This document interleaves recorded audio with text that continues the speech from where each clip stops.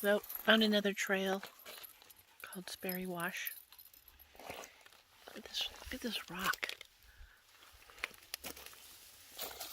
Crumbles really like glass. Like it feels like glass shards.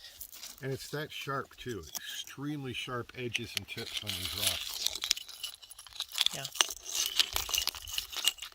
I don't know if it's shale or what it is. We're approaching a town called Sperry, which is nothing but foundations now. Yeah. Well, was it a town back in the mining days? I think so. I don't know exactly its age, but we can find out. Yeah. Found this in the dirt. And this is a wash, so anything, it could have come from anywhere. But it says Bellows and Company. And we'll see if we look it up on the internet. It's a quart size, which I think helps shows its antique opaque glass. Yeah, the glass little bulb right there. Bellows and Company.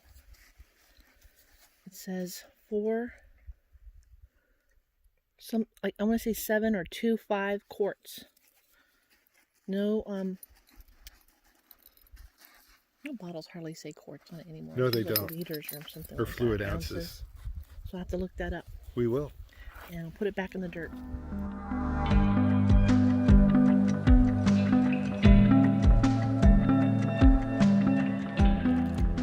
Okay, we made it to Sperry. Sperry Wash. Is it Sperry is the town? Yes. That it was? Sperry Wash, the town of Sperry. And, well, clearly there's nothing left of this.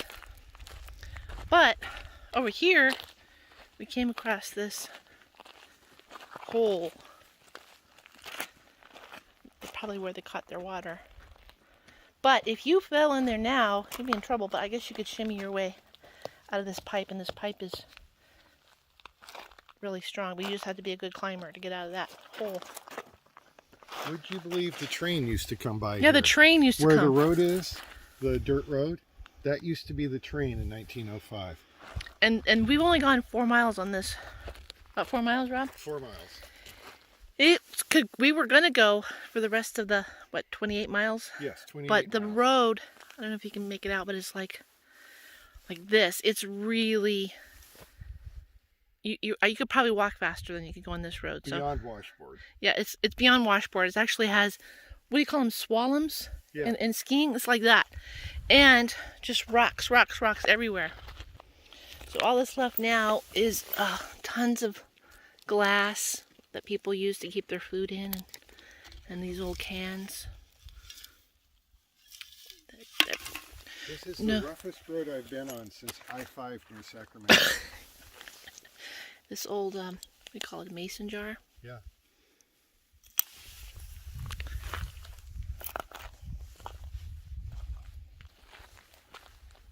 Can you imagine living for, I don't know, months, a year plus, with no fresh food? Everything is canned. And here's a proof, everything was canned. All this is just canned. And there's a lot of sections like this where just cans. Cans of beans, cans of sardines. Corn, beets. Yeah, I don't know what else they ate back in, when this would have been? Starting in 1905. 1905. But here's some old colored glass. All kinds of different things in these. Basically, they ate anything cannibal. Yeah. Oh, that sounds a little weird when you say anything cannibal. I know, right? Yeah, more cans. So I don't know if they threw them out into a big old pile of a garbage heap, or this is just how they threw them out like this, and the river took them somewhere.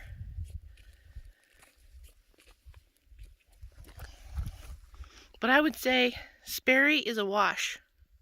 Well, it's actually in a wash, so yeah. Nice. Thank you.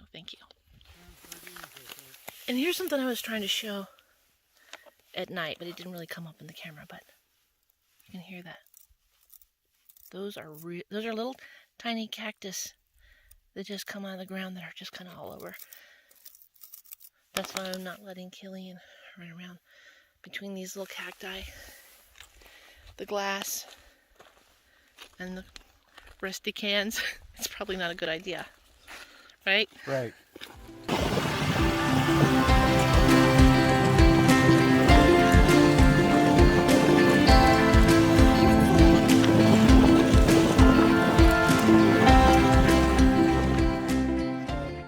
Tacoma Brewery, and they informed everybody that if you eat or drink there, it's a violation and you're considered in protest of state law. So we got 2 bottles to go. I got a bottle of War Eagle IPA and an Imperial Stout, and I'm very much looking to trying both bottles and probably saving the bottles too. Have you ever had to work so hard to get a beer? Thinking about it? No, Okay. I have not. Perfect.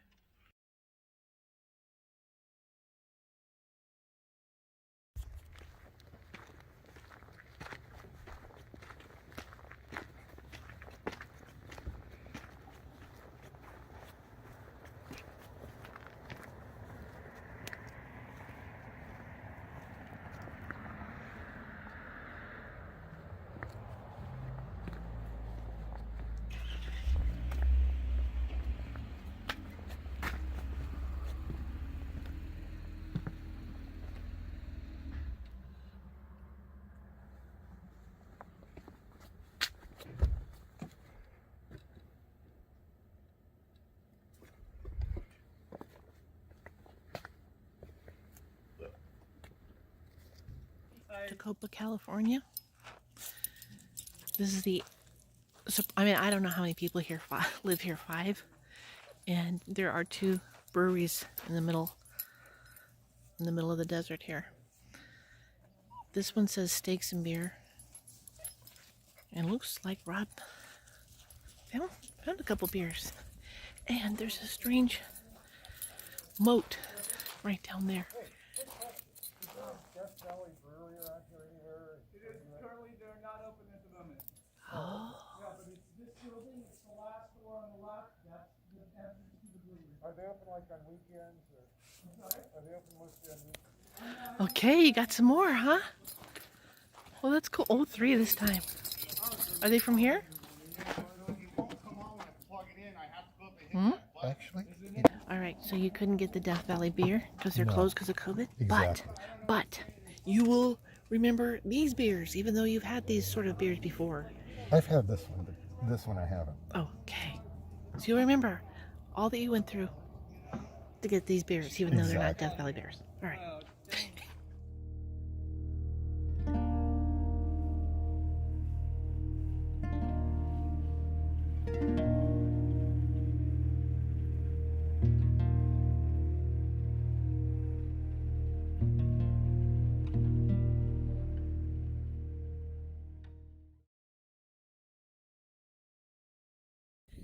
So we found this kind of reservoir in the middle of the desert by Ash Meadows. It's called Crystal Springs. Right now we can see a heron and an egret. And what happened to your shoe there? It sank into the mud, and the ground is really cold. And Oh, you want me to go get your shoe? And my foot is on the cold ground. Your foot is on the cold ground. And I'm cold. You're cold. So you want me to come over here and sink into this muck so I can, wow, it's hard to find a place to step that you don't sink down into. Ah! I just sunk. Hold on. It's really gross. My foot is stuck in there. Wow, it's really in there, Rob.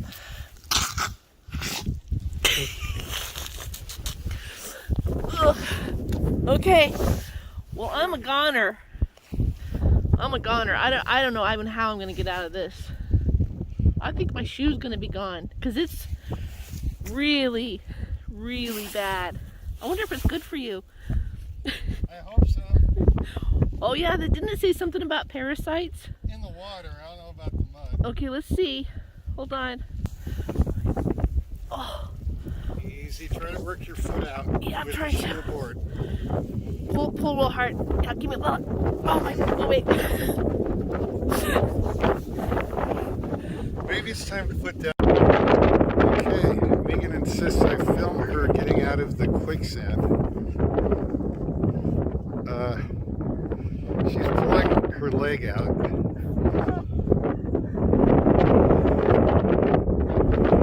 Oh, this is a mess. She went to retrieve my shoe, and she did.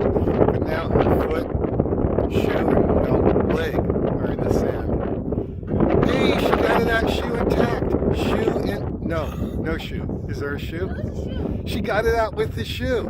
Look at that. That's what I call chivalry. Well, hopefully this dries off. In the meantime, let's see what else is down here. So there's some honey ducks, some other kind of ducks. They're probably laughing at us over there. I see a little group of them laughing, taking pictures. This is kind of a mixture of sand, or not really sand, but mud and salt. So there's the mud. It's really, it smells, it's not the best smell. And then the top of it is sand. And then it's really, really soft and gooey. It's like clay.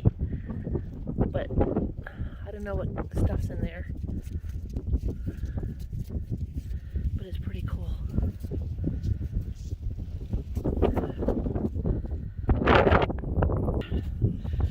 What are you looking for? I'm looking for the skeletons of the people that tried to swim here. Yeah. So again, it said something about if you swam in here, what could happen to you? You could get these microscopic parasites that could cause you to itch real bad. Hopefully it's not in the mud. I hope that too. Yeah. Okay, we are here at Ash Meadows. There is nobody here, which is really nice. It's a very windy day.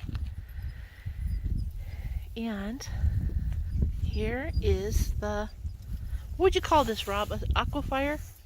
Yeah, or a pool. A pool. Yeah. And it's very, very clear water. I don't know if I can make that out, but look how clear it is. And pupfish live in here. Very clear water from underground. But when you touch it, it's very warm. Very warm water. Right here in the desert. And this is just one of the places that has these kind of pools, and we're going to keep walking along and seeing what else is around. I don't see a pupfish yet, but I know they're here somewhere. So you really doubt that you can see them in the camera here, but they're small. They almost look like minnows, and they're blue, kind of bluish. So if you were to look up Ash Meadows pupfish, you would see pictures of them.